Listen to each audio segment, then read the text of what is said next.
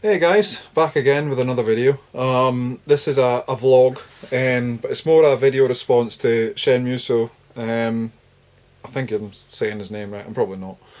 But it's more a video response to what he was saying about retro gaming and the rise in values and what's going to happen with retro gaming in the future. I just wanted to get my thoughts on that. I got into retro gaming about a year and a half, around about a year or a year and a half ago, and I just basically started out by wanting to collect games that I wanted as a kid, like NES or Mega Drive games, and that's really where I started my collecting from. But I think I just went for those games to begin with because that's the games I grew up with, and it is an interesting fact that back then obviously there weren't retro games, there were modern generation games, and I think it's more. What the fuck am I trying to say? What am I trying to say? I think it's. Sorry, I'm still full of being ill, to be honest. But no, what you're saying about what's going to happen with the games in the future, because the prices are rising with the games, and yeah, it's more down to games becoming harder to find, or specific genres or titles that are, becoming rarer. There's few of them out there that are working. There's few of them out there that are available, and that makes it very, very pricey in picking games up, and which can be an arsehole for for collectors like us who like to, relive our past or, a bit of our childhood. When we're having a good time playing games, or basically what we're doing now is, if we're going for full sets and collections, which are becoming more and more difficult to do because of the rising prices of games. Now I'm going for a full NES collection, a full Mega Drive collection, and I know realistically that isn't going to happen because the prices of games now are getting astronomical. And obviously, it's another thing as well, there's a space issue, because I don't have space for all these games. But I think as well, it's more. Oh, I don't know. Some people put games on eBay at stupid prices, and you just see everybody seems to follow that person's lead. Now, if you go and try and buy retro games in the wild, which I can't really do up here because there isn't any at all, but if you do find them, they're all priced ridiculous. Like a Mega Drive game going for like £10 or £15, and it's just something like, I don't know, like a Sonic or Sonic 2 game, which I think's a bit shit. But that seems to be happening an awful lot, and I think specifically with retro gaming, the way it is at the moment, with the rising prices and the astronomical prices of some of the games out there, I think it is quite conducive to sell them if you have them. If you don't play them, sell them, get some money for them, put money towards things that you want to do, put money towards things that you want to collect. Or just whatever in general, because at the end of the day, your collection is for you. It's not for anybody else. I think your collection basically says a little bit about yourself. For me, I'm just going for games that I wanted to play as a kid, but at the same time, that's how it started. When I got the NES through about a year and a half ago, I just said to myself, right, I'm just going to pick up a couple games that I had when I was a kid, just so I can get back into playing them and see what they're like. But then it sort of snowballed. I got all the games I had when I was a kid, bar a couple. I'm still looking for a few, and then it just sort of snowballed from there. I just said, right, I want a full collection, and then I just started collecting for every system out there. I don't know what triggered that for me to do that, but then I just started remembering all the great games that I played, and I just decided, right, I want to go for everything. So, it's more toned down a little bit now. I'm not doing that now. I'm just sort of going for, the odd game here and there in certain systems, and for other ones I want a full set of. But yeah, it's really difficult, especially with the modern generation, kids that are getting into gaming now. I think, I feel sorry for them really, because they missed out on a fantastic era for gaming. The 90s, the 80s and the 90s was it for gaming. All the great titles that were coming out, lots of video games that are coming out today that were influenced by games like Mario, Sonic, Mega Man, all these games that were out back then, kids aren't really going to know about today. But it's awesome because some of the kids are getting into retro gaming. But I just feel it's the wrong time for them to do that. Obviously, with the prices at the moment, the way they are, it's just stupid, you know. But I mean, it's awesome that folk are getting into retro gaming, and it keeps that alive. It keeps the era alive. You know, I mean, the 80s and the 90s in terms of games aren't going to die out really because folk want to play them. Folk want to collect for them, and I'm the same, you know. And I do get to a stage in my collections where I go, right, well, do I want to keep them now? Because I mean, I've got so many games, and I mean, I could make a mint off of the games that I have if I just decided to stick them on eBay or Gumtree or whatever, and just go, right, fuck it, let's sell them, let's get some money back. Because I put a lot of money into my collections, and you know, it kind of takes over your life in a way. But I mean, a lot of people out there are selling games at a hell of a price, and I think the way retro gaming is going in the future, I think we're going to see that's going to. I personally think that's going to keep going. As the games get older, as the games get harder to find, the prices are just going to keep skyrocketing.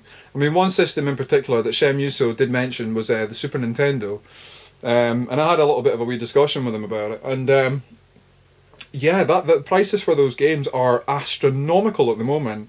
A couple of years ago, they were quite cheap. You know, they weren't all that expensive to get. A little bit like Atari. Atari seems to be one of the systems that hasn't skyrocketed in price, which is good. Not so good for me because I'm not an Atari collector. I mean, I do have Atari games, but I'll be putting them up for trade soon, I think. But yeah, so it's more what system you collect for, and I think if you're unfortunate to want to collect for Super Nintendo or Mega Drive or NES, because that's another system that is really skyrocketing in price, then you're going to have a hard time going for a full set. You really need to have quite a lot of money behind you to do that. You know, so that's difficult. I mean, the way the games are going as well at the moment with the PS4 or the Xbox 720 or whatever the fuck they're going to call it, with the games being downloadable, or they're going to release physical copies of games that are going to be, I think Tino777 mentioned this, that they're going to release games that are going to be specific to your console only. So as soon as you load it up to your console, that's it.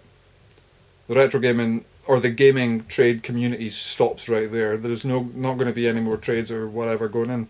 So I think that's going to be quite difficult to get your head around. But I think when that happens, I think my time as a game collector is going to stop, because I'm just going to probably go back to playing all the old games. And I think I'm trying to get them now before that happens, because I think when that does kick in, when the PS4 and the Xbox 720 do that, I think people are going to, I mean, I suppose from our sort of generation, I suppose sort of going to go, right, okay, well that's it. I mean, the PS3 probably, and the Xbox 360 is probably the last systems that we can really trade games on in the modern generation. We're not going to be able to do that in the new systems. You know, because as soon as you start playing a game, as soon as it's synced to your console, that's it. It's not going to work on anybody else's. So I think that that's another thing that's a problem. And that's another good thing about retro gaming, because obviously Mega Drive games, say for example this bad boy, which I just picked up today, but I'll be putting in a pickups video soon, is playable on every Mega Drive system out there. And it will be for a good time to come, so long as it's looked after. And I think that's something that needs to be remembered as well. They're relics of an era that isn't forgotten, and will always be remembered for being one of the best eras out there, in terms of gaming, for sure. You know, and as long as we look after them, but we're not ridiculous in prices for them, I think, you know, the retro gaming community can survive. If the prices keep skyrocketing the way it is, I think the retro gaming community will die a horrible death, to be honest, because I don't think there's going to be much more we can do. We spend a lot of money on games as it is, and I think it's going to be difficult to keep collecting. So yeah, so I hope that video's made a little bit of sense. And basically the prices for games, I personally hope come down in price, because there's a lot of games out there that I want to get, but I just cannot justify paying money for, like for example Castlevania on the NES. There's a complete copy of that at the minute going for £80 on eBay. Panzer Dragoon Saga, Shem Yuso, if you decide to sell your collection, I want that Panzer Dragoon Saga you have, by the way, that's sitting right behind your head. I want that, big time. But that's going for astronomical prices as well, and I just can't afford to pay money for those games, but I want those games in particular. So it is a bit of a shame, but no, I just hope the prices do come down a little bit, personally. But if you do want to collect, I suppose this is the time to do it, because once the PS4 and all that come out, people are just going to go back to the old games and go, right, I want to collect those games now. You know, especially for gamers like us who want to keep that sort of community alive. I think that's how it's going to go, and I think prices will skyrocket a lot further than they are at the moment. So, because folk will pay them because they won the games. You know, folk will pay them because they want to play a game that somebody else has owned, second hand, a little bit cheaper than retail price. But will it be? That's the problem. I don't think it will be. So it's scary, but interesting at the same time. As for prices of games and stuff, yeah, I think they are ridiculous. I really think that needs to be looked at. I think more for the love of gaming, to be honest. But yeah, so I'm just going to call it a day on that video.